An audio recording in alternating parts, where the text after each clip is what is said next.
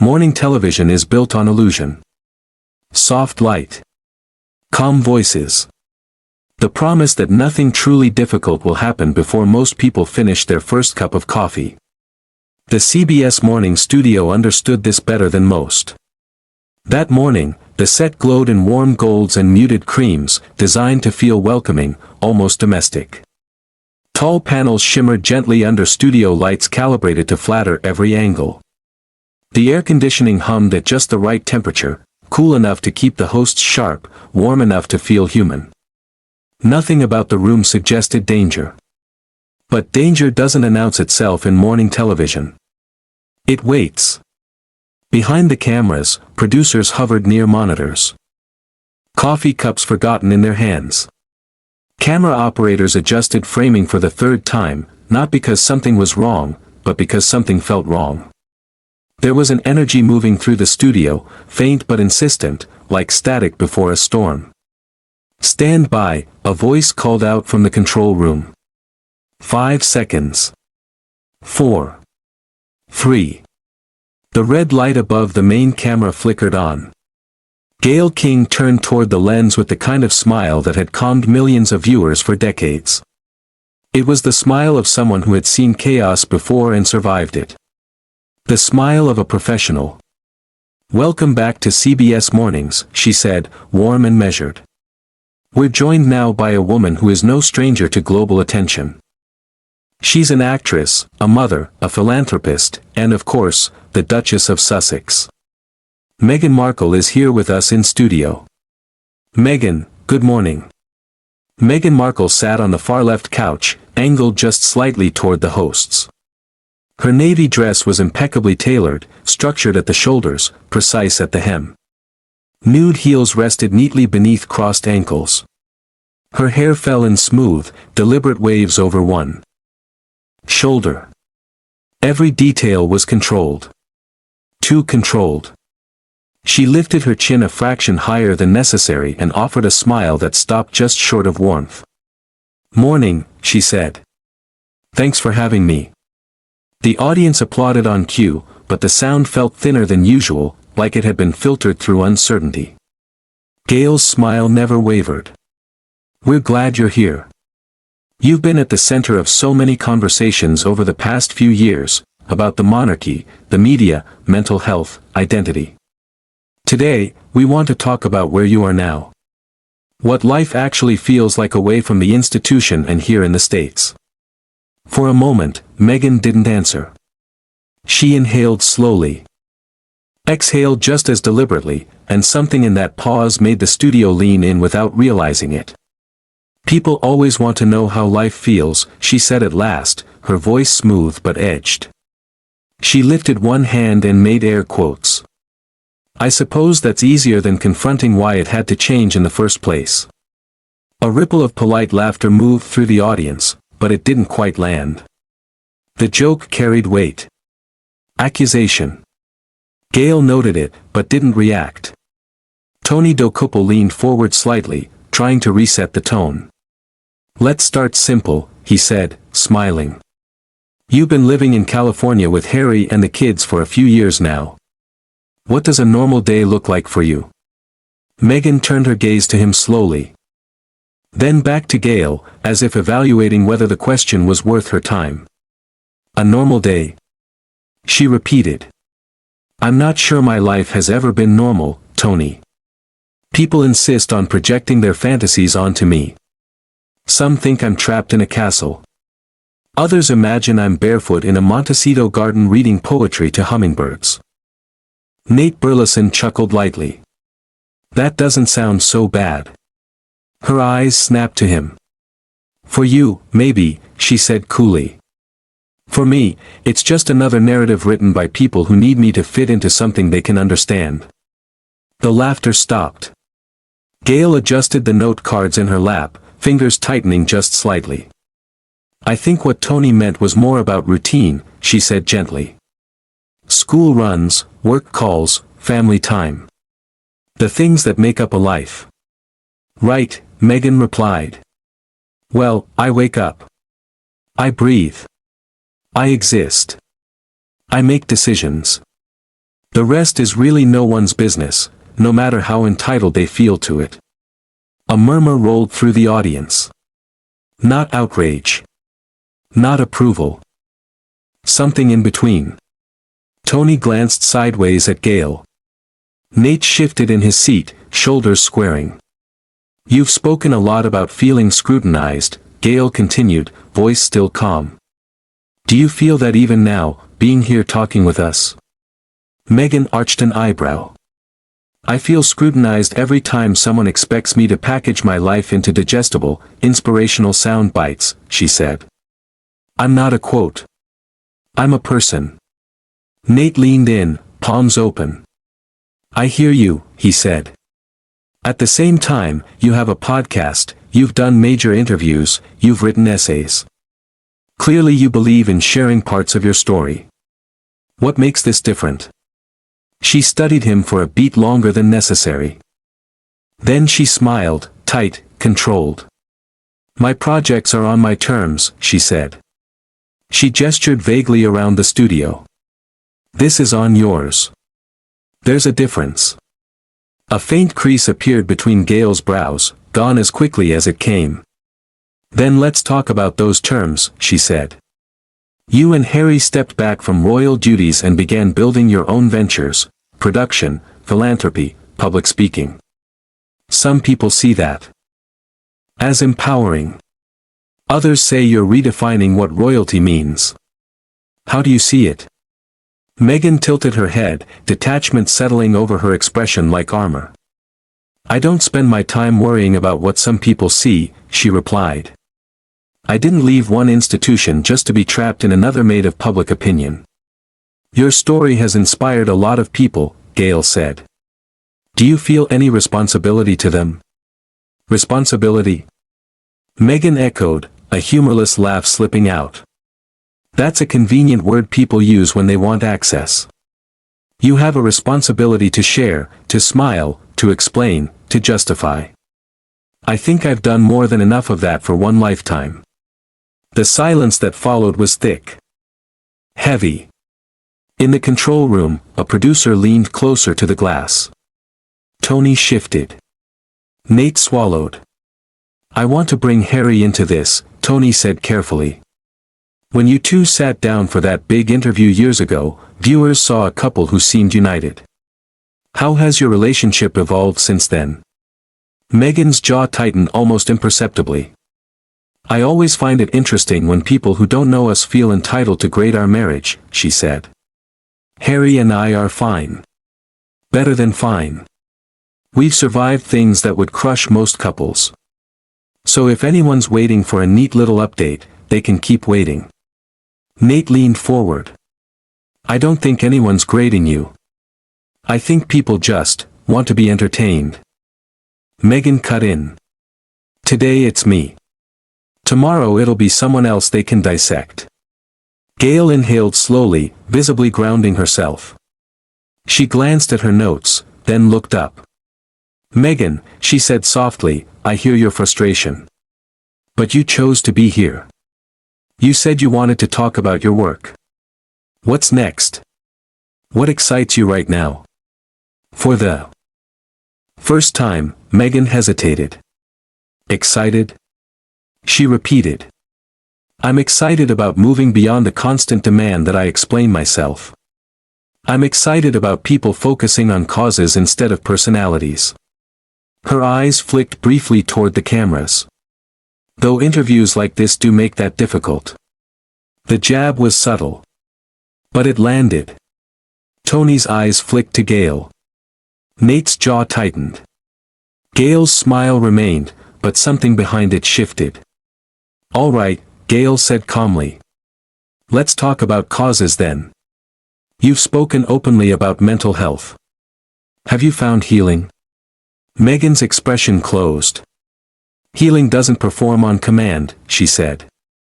It doesn't show up because a morning show needs a hopeful arc. I'm not asking you to perform, Gayle replied, voice firmer now. I'm asking how you are. And I'm telling you, Meghan said evenly, that how I am is not a commodity to be unwrapped between commercial breaks. For a long second, neither woman looked away. The red camera light burned steadily. The audience held its breath. And somewhere behind the scenes, someone realized this wasn't going to be a normal interview anymore. As Gayle prepared to speak again, the weight in the room shifted, quietly, decisively, towards something neither warmth nor charm could contain. And the hardest questions were still ahead. The break should have helped.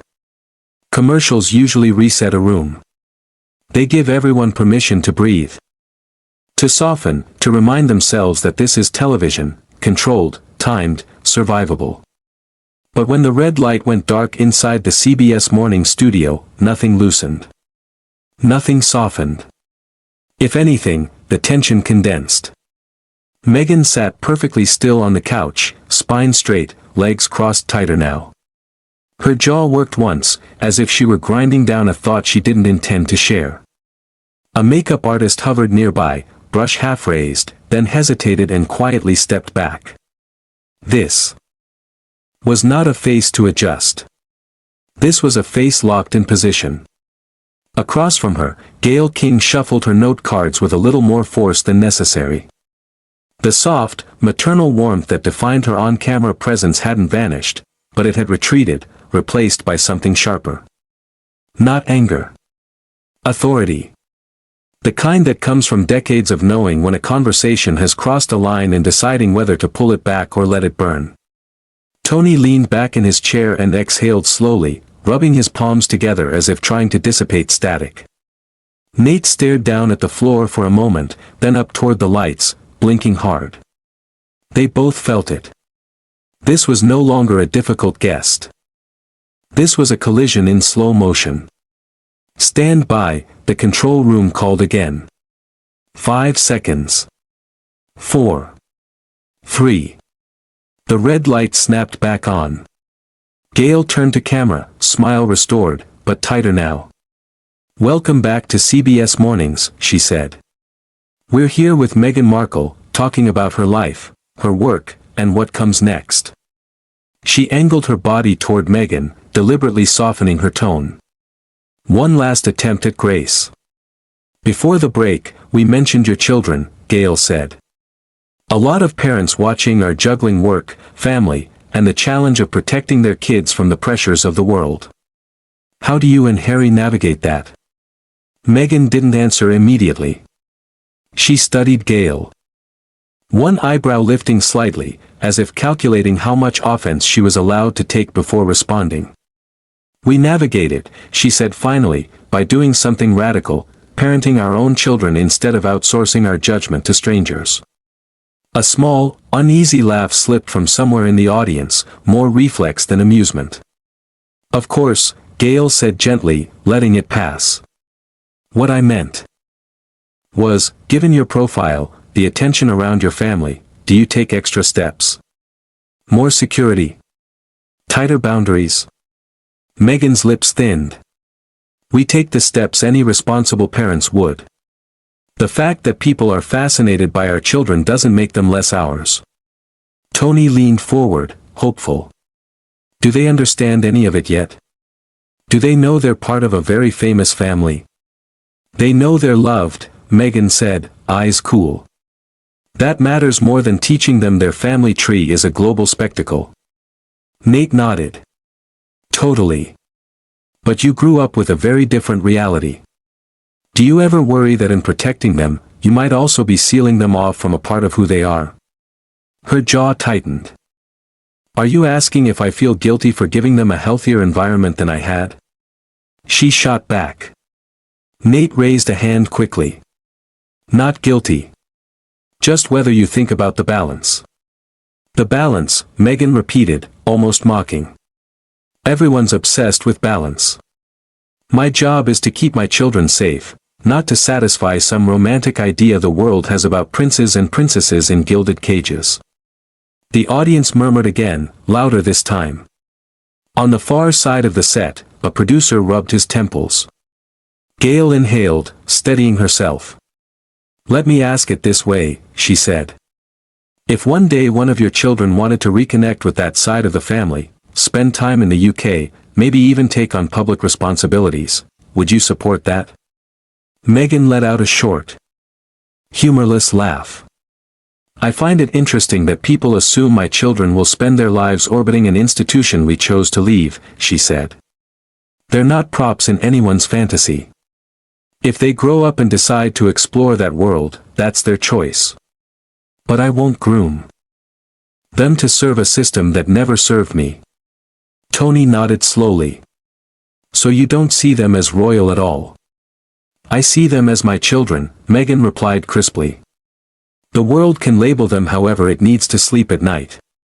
The murmur grew louder. Gayle pressed on. I want to turn to Harry for a moment. We've seen him speak candidly about his family, his grief, feeling like despair. How is he doing now? For the first time, something flickered across Meghan's face, something softer, then immediately sealed away. Harry is Harry, she said vaguely. Finding his way away from structures that were never designed to protect him. Does he miss them? Tony asked. His father? His brother? That flicker returned. Sharper now. I find it remarkable, Meghan said slowly, that people watch those same individuals fail to protect him and still insist on framing everything around what he might be missing. Gayle stayed calm. Families are complicated. You can be hurt and still miss people. Do you ever see a future where there's reconciliation? The future isn't a talk show segment, Meghan replied. And reconciliation isn't something you wrap before a commercial break. But you've shared much of that journey publicly, Gayle said. Do you ever worry that telling so much makes private reconciliation harder? The room froze. Meghan's eyes cooled. What I worry about, she said carefully, is the expectation that we should prioritize the comfort of people who benefited from our silence. Something shifted behind Gayle's eyes. She nodded, but the patience was thinning. Let's talk about America, Gayle said. You've said you feel freer here. What surprised you most? How unwilling people are to accept that I've moved on, Meghan replied flatly. Then let's go beyond it, Nate offered. What brings you joy right now? Joy is private, Meghan said. It's not something I'm required to display. Nate leaned back, tension creeping into his jaw. Got it. Gayle glanced at him, then back at Meghan. Some viewers might ask, if you don't want to share, why keep doing interviews like this? Meghan's patience finally began to fray. Maybe I'm here because I'm constantly asked to defend myself, she snapped. Sometimes it's easier to walk into the fire than pretend it isn't burning. The metaphor hung heavy. Tony and Nate exchanged a look.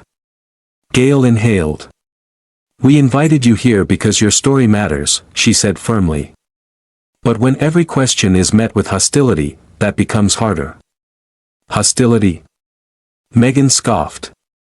Is that what we're calling boundaries now? The audience murmured. The control room buzzed. We can take a break, Gayle said evenly. If you need one, Meghan replied coolly. As the red light faded again, no one moved. Because everyone knew, the final impact was coming. When the cameras came back on for the final segment, the studio felt colder. The lights hadn't changed, but the warmth was gone. Even the hum of the equipment sounded sharper, more intrusive. Meghan sat taller now, chin lifted, not with confidence, but with defiance. Gayle's posture was rigid, her note cards aligned with military precision. This was no longer an interview. It was a standoff. Meghan, Gayle began gently.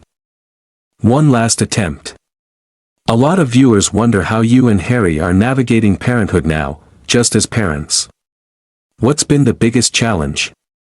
Meghan blinked slowly, then smirked. Challenge? She echoed.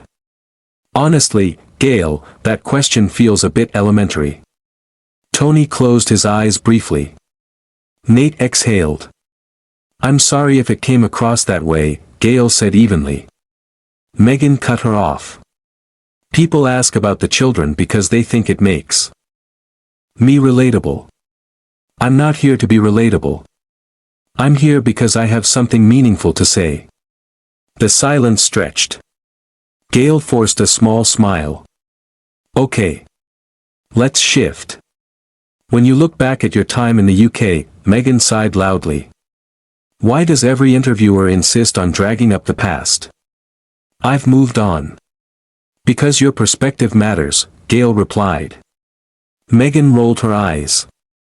Fully. Unmistakably. Well, that depends on who's asking. Something snapped. Let me ask you something simple, Gayle said. Are you happy? Meghan laughed sharply. You make it sound like I'm tragic. I'm perfectly fine. Do you understand how this comes across? Gayle asked quietly. From where I'm sitting. Meghan snapped, this feels like recycled tabloid nonsense. That was it. Gayle inhaled deeply. When she spoke again, the warmth was gone. I need to stop you, she said. Meghan's eyebrows shot up. Excuse me. You've interrupted nearly every question, Gayle continued. You've dismissed this audience, and me. I'm just being honest. No, Gayle said gently but firmly. You're being disrespectful. The audience gasped. We invited you here in good faith, Gayle went on. And instead of conversation, we've been met with contempt. I don't appreciate that tone, Meghan snapped. And I don't appreciate being talked down to on my own show, Gayle replied. Tony reached out instinctively. Gayle, no, she said. I won't let this turn into arrogance masquerading as depth. What are you saying? Meghan demanded. I'm saying this interview is over. The studio froze. Meghan, Gayle said calmly, I'm asking you to step off the set. For the first time all morning, Meghan had no words. Slowly, she stood, face tight with disbelief. This is unbelievable. Thank you for your time, Gayle replied evenly. Meghan walked off stage, heels clicking sharply, the sound echoing louder than applause ever could. Gayle turned back to camera, composed. We'll be right back. The lights dimmed. And just like that, the illusion shattered.